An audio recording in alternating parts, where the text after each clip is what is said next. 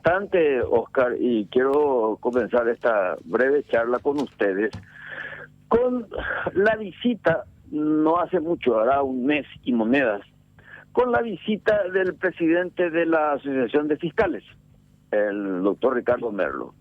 Vino acompañado de un agente fiscal que justamente opera en esa zona, le hace en el sitio equidistante entre Ñembucú y Misiones. Y vino a traerme como preocupación la amenaza de muerte que tenían estos fiscales de parte del cartel del combustible. Primeramente, el cartel del combustible intentaba el famoso soborno, el cohecho. Y como estos fiscales se negaron a complicarse por la vía del cohecho, empezaron ya después, por lo tanto, a recibir amenazas de muerte. Vino a pedirme protección, no solamente protección, sino mediación con el Poder Judicial para que los imputados tengan una sentencia ejemplar. Por lo tanto, venía a pedirme colaboración por parte del Poder Judicial, de tal suerte a que las medidas de alternativa de prisión que se le daba a los imputados no sea una especie de excitación para justamente castigar de una manera letal, fatal a los fiscales. ¿Cuándo fue esto, Euclides? Una pequeña interrupción nomás. ¿Cuándo fue este pedido? Hace un mes y medio máximo. Preocupado el doctor Merlo como presidente de la asociación por las amenazas de sus colegas que de alguna manera estaban siendo perseguidores de este nuevo cartel, el cartel del combustible, que venían evidentemente desde Ñembucú hasta Misiones, y de Misiones venían hacia Asunción, o se iban a Ciudad del Este, o se iban a Itapúa. Vale decir entonces que este es un negocio que se maneja mucho dinero. Por supuesto, el cartel de combustible vive de los ordeñes de la ribera del río Paraguay. Quiere decir que la lucha contra esto también hay que involucrarle a la Prefectura General de Puerto, que está a cargo de la Armada. Lo que sucedió ahora en Pilar a propósito del asesinato de esta señora es una suerte de pelea entre carteles, Oscar, Menchi y Cito. Ustedes saben que cuando los carteles tienen dificultades entre ellos es por la hegemonía del territorio. Entonces esto nos obliga no solamente a acelerar el pedido del presidente de la Asociación de Fiscales, sino que acelerar también el pedido del parte del Poder Judicial para que las penas sean ejemplares. Y la policía lo que va a hacer es simplemente aplicar lo que es constitucionalmente el brazo armado de la justicia. Pero acá tenemos que pedir una colaboración interinstitucional, porque siempre hay también en estos ordeñes complicaciones de autoridades de la zona. Sí. ¿Por qué? Porque como dicen algunos, no hay baile sin permiso. Entonces, este es un hecho llamativo, inquietante. No quiero dar mayores datos para no intoxicar la investigación, pero estamos trabajando con mucha preocupación, pero por otra parte también con mucha profesionalidad. Ministro, ayer la mujer cuando pide no pasar la nota, que se le hizo caso, por supuesto, y no se pasó la nota, dice, estoy en la comisaría. O sea, fue a hacer la denuncia porque la habían amenazado. A partir de allí no hay ningún tipo de, no sé, seguimiento, protección de la policía, teniendo en cuenta que ella ya había sufrido un atentado, su marido ya había sufrido un atentado meses antes. No, se tomaban por supuesto algunas medidas. Yo no quiero adelantarme, no quiero emitir ningún juicio comprometedor, pero lo que sí te puedo adelantar, lo que pasa es que este tipo de amenazas, cuando las amenazas provienen de crimen organizado, no hay protección que valga. Esta es una pelea, como se estaba diciendo en esa zona, una pelea entre combustibleros. Ese fue el nombre ahora que usan las personas. Combustibleros, ¿entendés? Sí, porque ella confesaba abiertamente que su marido trabajó haciendo contrabando de combustible y que en un momento dado le hacen un atentado, ¿verdad? En realidad ellos se abren del negocio aparentemente porque no podían seguir sosteniendo con la inversión económica que había que hacer, digamos, para ser parte del cártel. Y después lo que hacen es, por lo visto, consiguen algún dinero y piden entrar de vuelta a la estructura delictiva, ¿verdad? Y ahí es donde empieza el tema. O sea, evidentemente eran parte de esa guerra, ¿verdad? Claro, y esta es una pelea por territorios, no sé yo si hay ajuste de cuenta, pero básicamente es pelea de territorios. Pero si nos quedamos en la anécdota, vamos a quedar en la perplejidad del hecho, vamos a quedarnos en la tragedia momentánea de esta situación.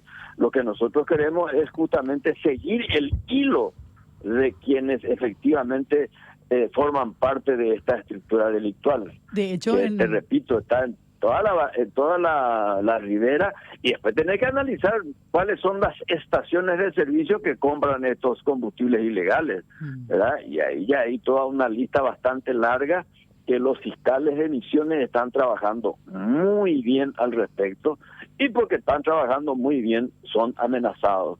Entonces está fundada la preocupación de la Asociación de Fiscales. ¿Por qué? Porque claro, de fiscales. Porque ellos saben que si estos tipos te amenazan, cumplen. Sí, ya quedó. De hecho, lo de esta mujer es así, porque la amenazaron directamente.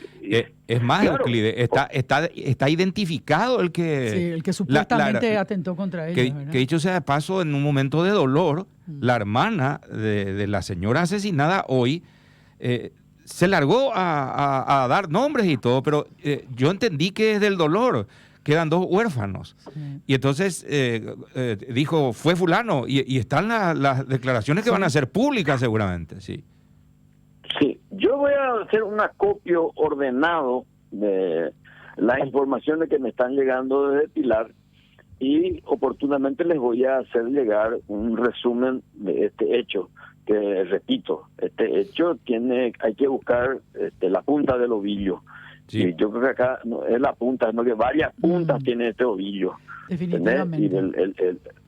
Sí, esto es terrible, y por lo que veo manejan muchísimo dinero. Y acá vamos a tener que hablar con las cadenas de empresas expendedoras de combustible para decir, bueno, por favor, no legitimen por abaratamiento del combustible, no legitimen ustedes la prosperidad de este negocio ilegal. Bueno, y Euclides, creo que, no sé si en estos días diste una frase que hoy, por supuesto que molesta a los pilarenses y también a los pedrojuaninos, ¿verdad? Porque Pilar, creo que en algún momento dijiste, se convirtió en una suerte de nueva Pedro Juan en el sur. ¿A qué te referías concretamente? ¿A que parte de la mafia? ¿Cómo es el tema? No, yo creo que hemos comentado ya durante mucho tiempo el desplazamiento de territorios de parte del crimen organizado que iban del este, del noreste, iban bajando hacia el sur, o sea, Bellavista, Pedro Juan Caballero, Capitambado, Ciudad del Este, Itapúa, y se desplazaban hacia Ñeembucú. Y lo que decíamos, y vos usaste una frase muy importante aquella vez, cuando yo hablaba de la satanización absolutamente injusta de Pedro Juan Caballero, la misma cosa puede pasar con Pilar, satanizándole por culpa del desplazamiento del crimen organizado, y donde vos habías dicho, donde el ciudadano perdía su legítimo derecho a la denuncia precisamente por estas situaciones de amenazas, donde prácticamente el ciudadano estaba perdiendo su libertad. Vale decir que esto hay que tener en cuenta, y en homenaje justamente al acervo cultural del sur de la República, a la identidad envidiable que tiene Pilar y Toaña en Bucú, esto hay que cortar de cuajo, porque justamente esto puede terminar intoxicando. Así mismo. En eso estamos, y no es fácil, porque no tienen ningún escrúpulo esta gente. Y volver a repasar, ministro, las palabras de esta mujer que fue asesinada en la mañana de hoy, porque creo que ahí hay muy buena información de cuáles son las rutas y quiénes están protegiéndolas, sobre todo, estas rutas del... Pero es Vox Populi, Menchi. Claro, por supuesto. Los periodistas, muchos de los periodistas en el sur, por eso yo digo, yo tengo una admiración tremenda por los periodistas que trabajan en la zona de frontera, porque tienen que soportar de todo. Y yo te puedo asegurar que hay mucha información. Están mucho más indefensos. Muchísima, que va la Paraguay, ya por las notas a Paraguay. Vienen los periodistas de Asunción y se quedan ellos allá, lo que pudieron haber, entre comillas, aportado algún dato, alguna información, y se quedan nadando en medio de la indefensa. ¿Por qué? Porque probablemente, y no va a ser raro, que muchas de las autoridades que tienen que proteger a la población, tanto de Pilar como de Pedro Juan Caballero, estén metidas en el asunto. Claro. Sí. Sí, o sea que este tema también estuve hablando con gente de Pilar, de Alberdi. No hace mucho yo estuve también en Alberdi para ver cómo podíamos arreglar una especie de protocolo comercial y sanitario entre Alberdi y Formosa.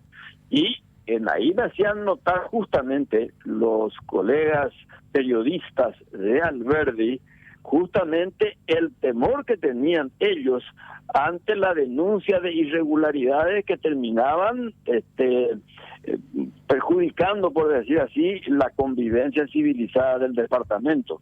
Y lo que decían era, efectivamente, nosotros acá nos quedamos a expensas de los grandes patrones regionales, de los grandes encargados del delito, y no siempre teníamos la protección de la gente, por supuesto. De alguna manera me reclamaban la necesidad de aumentar el efectivo policial de la zona porque tenían que estar protegidos y los comunicadores no tenían el más mínimo respaldo. Bueno, por eso reiteramos, y creo que fuiste parte de esa admiración manifestada por los periodistas de Frontera, Euclides, y ahora mucho más todavía que estás desde una posición privilegiada del poder y en conocimiento del movimiento de los grupos mafiosos, que ya no son locales, son transnacionales, son regionales. Admiración y respeto a los periodistas que tratan de luchar contra este tema y no lo pueden hacer si oingo upebe igual. No tienen posibilidad de moverse de otro modo. Y ahí dijiste algo que es muy importante, la conexión con 3 provincias argentinas. Claro. Estamos hablando de Formosa, Chaco y Corrientes. En ese caso. En este caso, y las conexiones que hay con lado, los diferentes tipos de contrabando. En el norte la inmensidad del vecino Brasil, ¿verdad? Sí. Así es que así estamos. Ministro, gracias por el tiempo y ojalá pronto pueda... sobre todo tener resultados de quiénes fueron los responsables de este asesinato. Gracias, ministro. En eso estamos, que tengan buena tarde. Igualmente, hasta luego, ministro del Interior Euclides Acevedo.